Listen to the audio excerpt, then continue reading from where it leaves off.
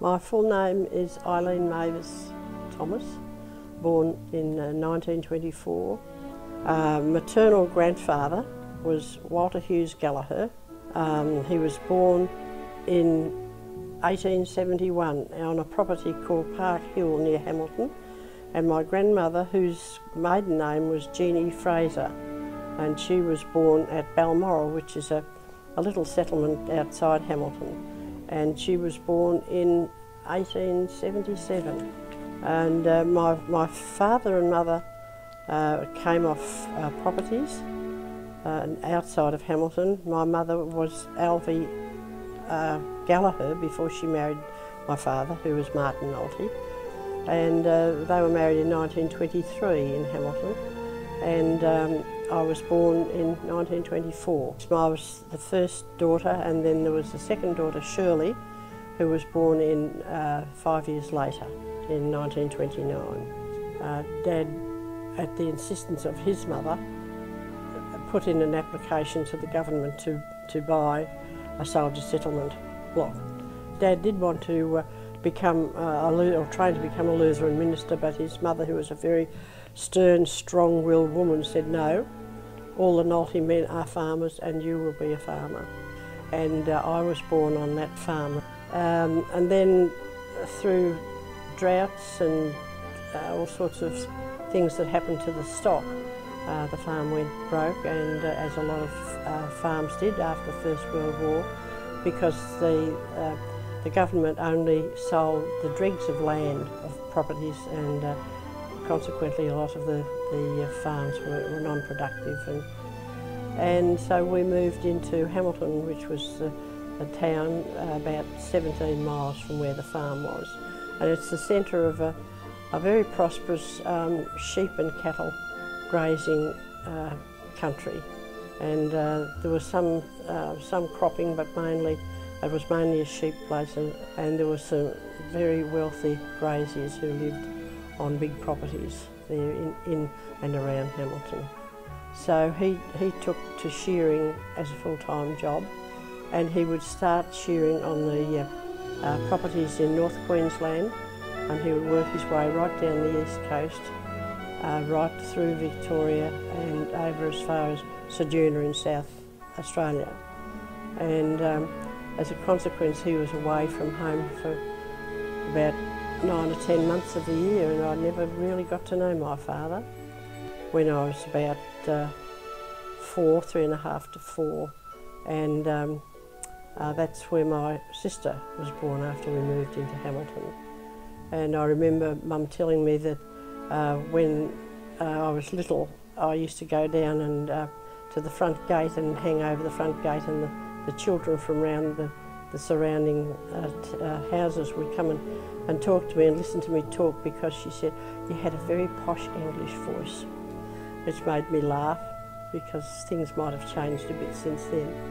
I was baptised into the Presbyterian church, and I used to go to Sunday school, and it was very, very difficult for Mum being on her own and through the Great Depression, and in those days it was very difficult to get money from the shearing sheds back to the homes in other states, and as a result there were times when we had no money at all. And fortunately one of Mum's sisters was married to a man who had money, and he used to help out. But she did tell me that there were several occasions when she was on the point of committing suicide because things were so bad. And she said, when I told you things like that, you would say to me, don't worry, Mummy, I'll look after you. And that's why we were always so close, because there was only the two of us for 5 years until my sister was born. At that time, my father came home once from Queensland, and he got a job as a linesman with the Postmaster General's Department, and so worked on telephone lines in and around Hamilton. But he was such a good shearer that the property owners around Hamilton still would call on him to blade shear their show and stud sheep. and so he never really got away from shearing for a long time. Getting back to my mother's history, when she was 18 she left the property that her father, my grandfather, managed, and went and had a 6 months teachers training college in Ballarat, and then she was posted to a school that was yet to be built in a little sawmill settlement at Wye River was the name of the settlement. She went by train from Hamilton to a place called Dean's Marsh, and then she had to get off the train there, and the manager of the sawmill settlement met her on horseback with another horse, and he said, "I hope you can ride." When they got there, he took her to see where her school was. Her school, which was built by the sawmillers, was made of corrugated iron. It had a beaten earth floor, no flooring of any sort. There was a window cut out of the corrugated iron, and there was a doorway cut out of the corrugated iron, and that was her school. None of the children living there had ever had any schooling, so she was expected in this corrugated iron shed to teach children from 5 to 15, all in the one shed. But when Mum was down there, there was only a horse track round the cliff face, and they used to ride their horses to different little settlements for dances and various other functions. And the beach was just down the bottom of the cliff, which they found a place where they could clamber down the cliff onto the beach. But she collected some of the shells. Of course, no human foot had ever been on those beaches because there was no way of getting to them apart from slithering down the cliff face. So she had this wonderful collection of shells. But later on we lost those, and that was a tragedy because there were shells there that I'd never seen before and have never seen since. Fortunately, she was strong, strong-willed and strong physically, and she was able to cope. And she lived with the sawmill manager and his wife in their home, and had a wonderful 3 years there. When my father came back from World War I, Mum finished teaching at Wye River and went back to her home, and that's when they became officially engaged and were married in 1923. Lionel and I first met one another when we were still at school. I would have been 6 and he would have been 8, and even at 8 he was learning to play the trumpet. We knocked about with a group of teenagers, and one day the headmaster came into the commercial class teacher where I was having a class, and said that the manager of 3HA radio station, which was the Hamilton one, had rung up and said that he needed a stenographer. Well, I was lucky he recommended me. So anyway, I left school in the morning. In my school uniform, I went down and started work in the afternoon at 3HA, and I was there for 3 years. So I graduated from just being the stenographer to picking the musical programs, and then they were without a copywriter. So I ended up doing copywriting, that's the advertisements, and I never want to hear the word new floor polish again. That was the in thing, and I had to try and work out so many different ways of saying the same thing. So when they decided that at the studio that I should learn how to test microphones and things like that, I decided it was time I left. And then when war came, he joined the Air Force and I joined the Women's Army on my 18th birthday in 1942, and left home. I was trained as a cartographer and posted to the Survey Corps in Bendigo, and we were drawing or mapping the islands in the Pacific where the Australian and American troops were fighting, and I learned a lot about that area of the world. Of course, it was a very top secret job because we knew where the war was going to move to, and so we had to just keep quiet about everything we did. We had barracks in Bendigo, and all the women's army girls were in barracks there, and we used to march to the headquarters of the Survey Corps there in Bendigo each morning to do our work with that company, and so I was a real country bumpkin. Of course, we used to have church parades, but it didn't. A lot of the people who were in the unit that I was in the army, they were atheists or agnostics, and they were a lot of arty people, artists, and they tend to have a different slant on life. And of course, all the city girls, they smoked and they drank, and I thought, oh, that's what you do when you turn 18 and join the army. I used to go in by train, by electric train, until another girl who was living at a suburb called Carnegie, which was between Oakley, where I was billeted, and Victoria Barracks. So we decided, out of our 2 and 6 a day, 25 cents military pay a day, we would each buy a push bike. And we used to ride them in from, I'd ride from Oakley, I'd pick her up at Carnegie, and we would ride the 20 miles into Victoria Barracks, round the old St Kilda junction, but it was 5 main streets all joined in together, and there were no signals, no traffic lights, no nothing, so you sorted yourselves out. And going round that intersection at about 10 to 9 in the morning with army convoys, horses, taxis, trucks, it was quite hair-raising.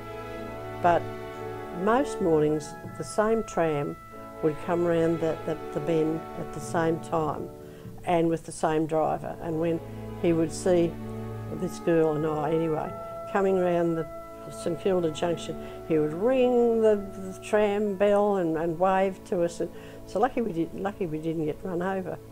When we joined the army, we joined for the duration of the war and 6 months after, and if there was any mopping up to be done or any finalising of equipment and positions and so forth.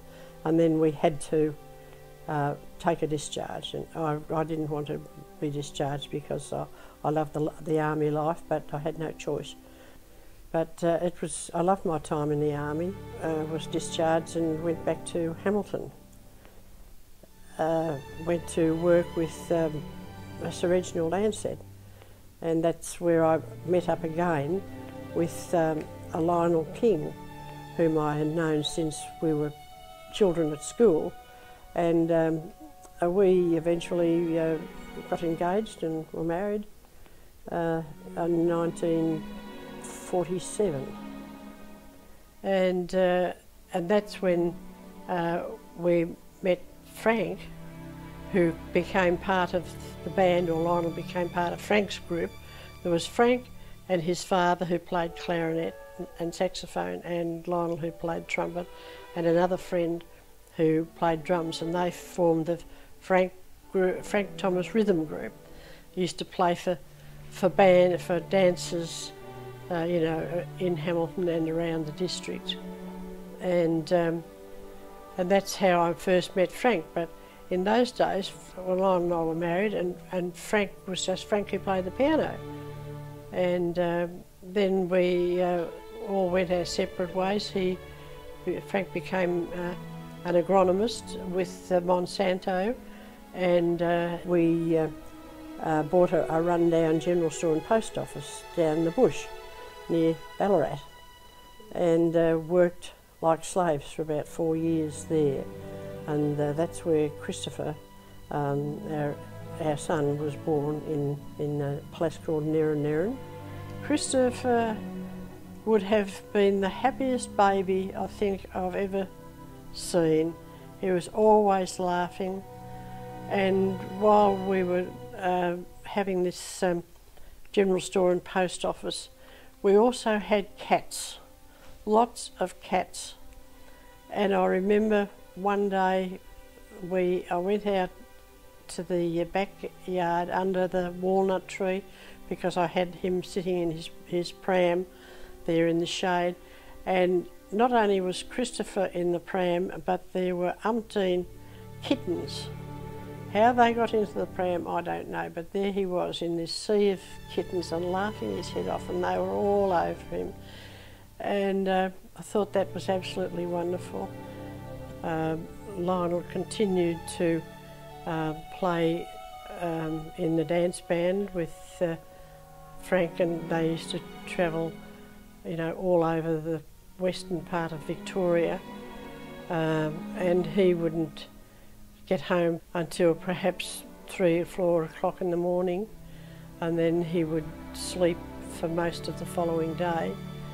And Bill was in charge of a railway gang, but he used to keep me company. We both loved music.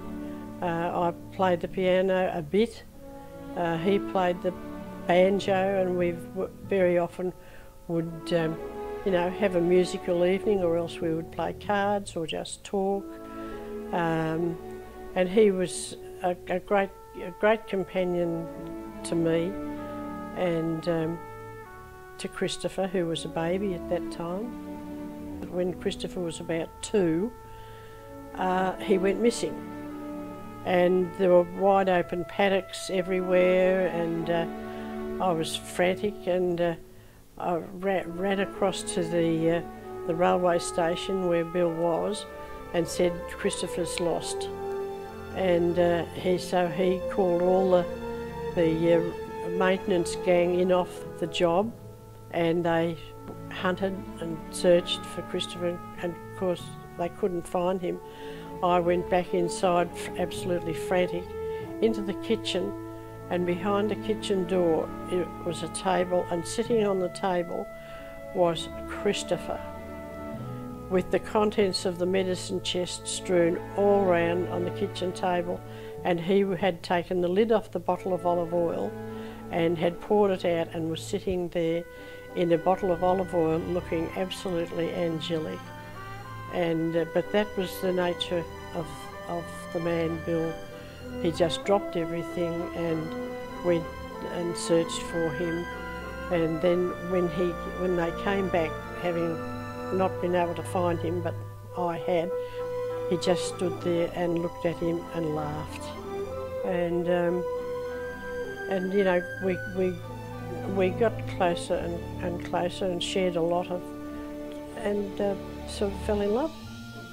And I realised that he was the man I could have and would have married, and we would have been, you know, really happy. We would have had a wonderful life. And as a result of that knowledge, which he shared evidently, I became pregnant, and Robin is the result of that, and I would never have had it any different, because she is a wonderful Christian girl. She just looked like a little Robin when she was first born. She had these big dark eyes and jet black hair, and just had a sparky little look about her, and I thought straight away, you look like a Robin, and that's how she got her name. But she used to love to take the milk billy down to the front gate for the milkman to put milk in it and carry it back up to the house, which was in Ararat. When she was born, he was excited to know that he had a daughter, because he already had a son. But we knew that nothing would come of it, because he was already married as well, and his wife was very dependent on him. He would have been, or was, the love of my life. We eventually went our own ways with our own families. Then we sold it and moved to Ararat, The marriage folded in 1954 and I went back to Hamilton because my mother was in very bad health. She'd had a number of serious operations, and the children and I went back and lived there for quite a while. I got a job as a stenographer and clerk with the State Electricity Commission, and worked there for 3 years in Hamilton. And then I was offered a position as secretary to the manager of the Hamilton Base Hospital. So I took that and worked there for about 6 years, and then met up with another person who I thought was very nice, and we eventually got married in 1966 and moved from Hamilton to Ararat, where we lived, but it was never a marriage in the true sense of the word, because he really didn't want a wife, and his 3 teenage daughters certainly didn't want a stepmother. That was a bad period in my life, because I had Robin with me. Christopher, my son, stayed with my mother in Hamilton because there wasn't room for him where we were living. And that was always a tragedy to me, because I felt then that I could have lost him, but in retrospect I would never willingly have done that. He's my dear son. I love him to bits, and I just regret that we were still living apart, but at least spiritually and emotionally and lovingly I believe that we have reconciled all those heartaches that went on when he was still younger, and he's hopefully forgiven me for leaving him behind. So anyway, at the end of three years, we decided that the marriage was a hopeless arrangement, and so separated, and I moved back to Hamilton again. In 1977, I took leave of absence and went on a 7 weeks tour to Europe, up through to Scotland, because my great-grandparents were both born in Edinburgh, and going up in the train and stepping out onto the platform at Princes Street Station was just like coming home. I felt an instant affinity with Scotland, and that was lovely, and that time was great. Later, when I came home from the UK, I re-met and married Ross Roper, whom I'd known for years prior to that. We married, and unfortunately, in about 7 or 8 years, he was a mad motorcycle fiend, sped. His friends told me later that he thought he had wings when he was on a motorbike, and he came off on a long sweeping bend and managed to kill himself. When Ross was killed in the accident, there was a knock on my front door, and these 2 young policemen, looking very anxious, were standing there. I knew immediately that something was dreadfully wrong, and I just said to myself, God, don't leave me. And I felt this feeling of warmth and peace just go right through my body, and that enabled, I knew God had spoken to me in that manner, and I was able to go through all the drama that followed an accident that resulted in a death. Anyway, that was a very sad and traumatic part of my life. And Robin and Norm moved to Adelaide. I used to go over there, and I would go to church with them.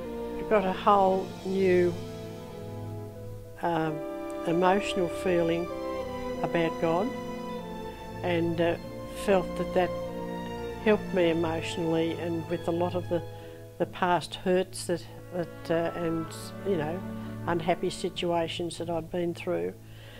We would sometimes have a church service in a school hall, for example, and I would wonder why, when we walked into this gymnasium or hall, I would start to cry.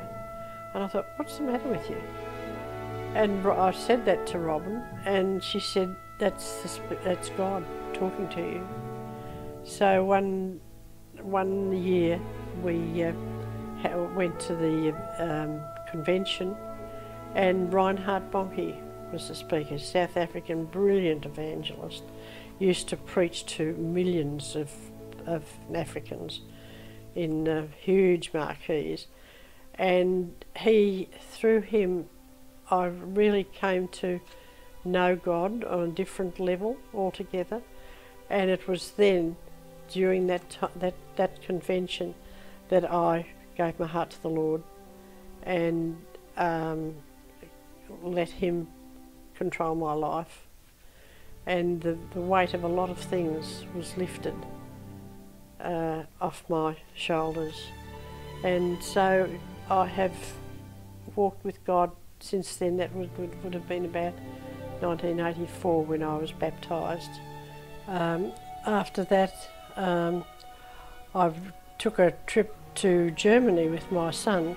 It was a good trip, I enjoyed it. We went on a US Army clapped out bus from Frankfurt to Paris for the weekend, had a wonderful time, stayed in a half-star hotel in Paris, and went to the Folies Bergère and various other places, the Sacré-Cœur Cathedral and Notre Dame and Montmartre, and just had a lovely weekend in Paris. And then we came back to Australia, and it wasn't long before a friend of my first husband got in touch with me because he had heard about Ross's accident, and his wife had died of a heart attack just 12 months before that. And we met up again and just clicked. Although we had just been friends because we were both married when we were in our 20s. And we just clicked, and within a couple of months we decided to get married. And I believe that God sent Frank to me as a gift, because everything we did seemed to have been preordained. When we married, he wasn't a Christian, I was. I had said that if I ever married again, it would have to be to someone who was a Christian. But God knew differently and had different plans, I believe. Frank was an outgoing personality. He was bright and cheerful, and he loved to travel. He loved music. Although he never had any really formal musical tuition, he had an innate ability of putting chords together that people, other musicians, were amazed at. So there was always music in the house. He couldn't walk past the piano without sitting down. He might only play a couple of chords, but he would sit down and play these and then go on out through the music room door out to the backyard and do what he was going to do. He was a handyman. He could turn his hand virtually to anything. He built his own home, and even Rebecca, my younger granddaughter, had a clapped out old car, and with the exhaust pipe wouldn't have passed any tests at all. She'd have been run off the road. So he repaired that with the aid of a jam tin, which he used as a sleeve to fix up the hole in the exhaust pipe. Frank was loved by my family, especially the girls, especially Beck, my younger granddaughter. She could be a bit radical about some things, and Frank could have opinions that came straight out of left field. And they used to have some great arguments, but they dearly loved one another.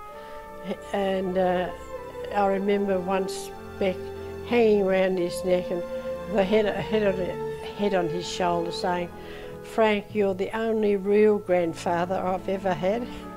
And that brought him to tears because he was a very emotional person. But they had this closeness, and he and Norm got on like a house on fire because, as Robin would say, they both had their feet firmly planted in mid-air. They were always having these crackpot ideas of what they could do and how they could change the world. And Robin loved Frank too. He was a father figure to her, and of course he always loved music, and they loved music. Norm and Robin loved dancing, and of course Frank could play the piano till the cows came home, and we had some lovely times. And in 2000 we decided to make the big trip right up through the centre of Australia to Darwin, down the west coast and back across the Nullarbor. But he developed a cough before we did all that. I said to him, I think we'd better go and see about this cough, get a chest x-ray. So we did that, and 3 days later their doctor came and said, well, never mind about the cough. He said, have a look at this, and it was a cancerous tumour at the base of his right lung. So that meant surgery. We had to go to Geelong for treatment at the cancer centre there. And it was only God that got me through that whole period. They operated, and the surgeon said, well, we've got the tumour, everything's okay, you can go out and enjoy the rest of your life. Well, 5 weeks later, we went on our last caravan trip to Queensland, and while we were in Noosa, he developed this cough again, and I said, I think we better attend to this, and so we went and saw a doctor here in Noosa, and he did the chest x-ray, and he came back to me and he said, when are you going back home? And I knew immediately that something was wrong.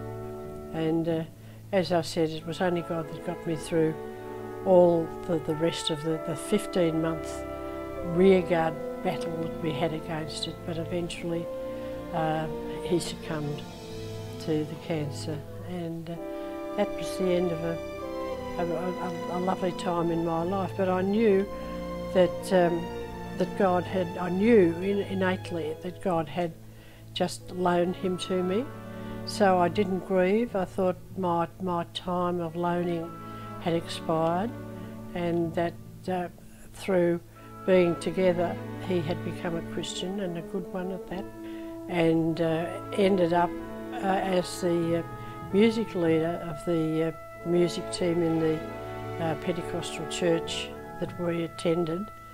I was one of the music leaders, and so that was a very happy time in our marriage, and we had a lovely marriage for about 11 years, and that was the happiest of my marriages. And he had said that if I thought I could, he would like me, after he died, to come to Queensland to be closer to Robin and Norm, because they were like children to him. They had a very, very lovely relationship. Why would anyone believe in God? God answers your prayers in his way, not the one necessarily the way you want him to answer or would expect him to answer, but he will speak to you in different ways, by events, by emotions. You may even hear this soft voice and you wonder where it's coming from. One day when we were out on the river in an O-boat, I became aware that something had said to me, this is where you are going to live. And I thought, did I make this up, or is that God talking to me? So, and I thought, well, should I say anything to Robin or shouldn't I? And I thought, no, I've got to speak to her because that's what I believe I have just heard. And so when I told her what had just transpired, she said, that was God telling you that you were going to live here. And so I settled for about 6 weeks with Norm and Robin till I found accommodation. And so I have lived here ever since, very happily. I've never regretted the move. I've never missed Hamilton where I lived. I had made more friends up here than I had in Hamilton because people who come here seem to be more outgoing. The only thing I miss is the smell of the Southern Ocean coming straight up from Antarctica, the strong smell of salt in the seawater and the smell of seaweed and kelp. But that's the only thing I miss. If I hadn't had Robin, I possibly would not have become a Christian. She has been a wonderful inspiration to me. I love her dearly. She's such a profound Christian and with so much common sense that it was just been a revolution. Why did God give that child to me? Because, you know, I can come to her with all my problems and get such sensible answers, Christian sensible answers, that, you know, she's a God-given child, and if it hadn't been for my relationship with Bill, I would never have had her, and my life would have been so much less, and so would the lives of a lot of other people that she has been part of. Yes, I just want Christopher to know that he's always been in my heart. I've always loved him dearly. He was my first child. I know that you are not a believer, Christopher, but God loves you and he will always be with you, and you just have to put your trust in him, and he will look after you the same as he's looked after me. So don't be afraid to give your heart to the Lord, because he will look after it like no one else can. I love you. I talk to God frequently, daily, perhaps several times a day, with my problems. I tell him that I know that I'm coming home to be with him, but I don't know that I'm ready yet. I'm sure that he's got more for me to do. What it is, I don't know, but he will show me in his good time. Just let my life flow in whatever he wants of me. He will tell me what he wants me to do, where he wants me to be, and I just rest in that knowledge, and I don't worry too much. I know my life will come to an end in the not too distant future, because I'm 92, but I know where I'm going, and I know that he will take me home to be in heaven with him when he's good and ready, and not when I feel that it's time. So I'm quite relaxed about when I go home to the Father, and anything else in between is just time in the waiting room.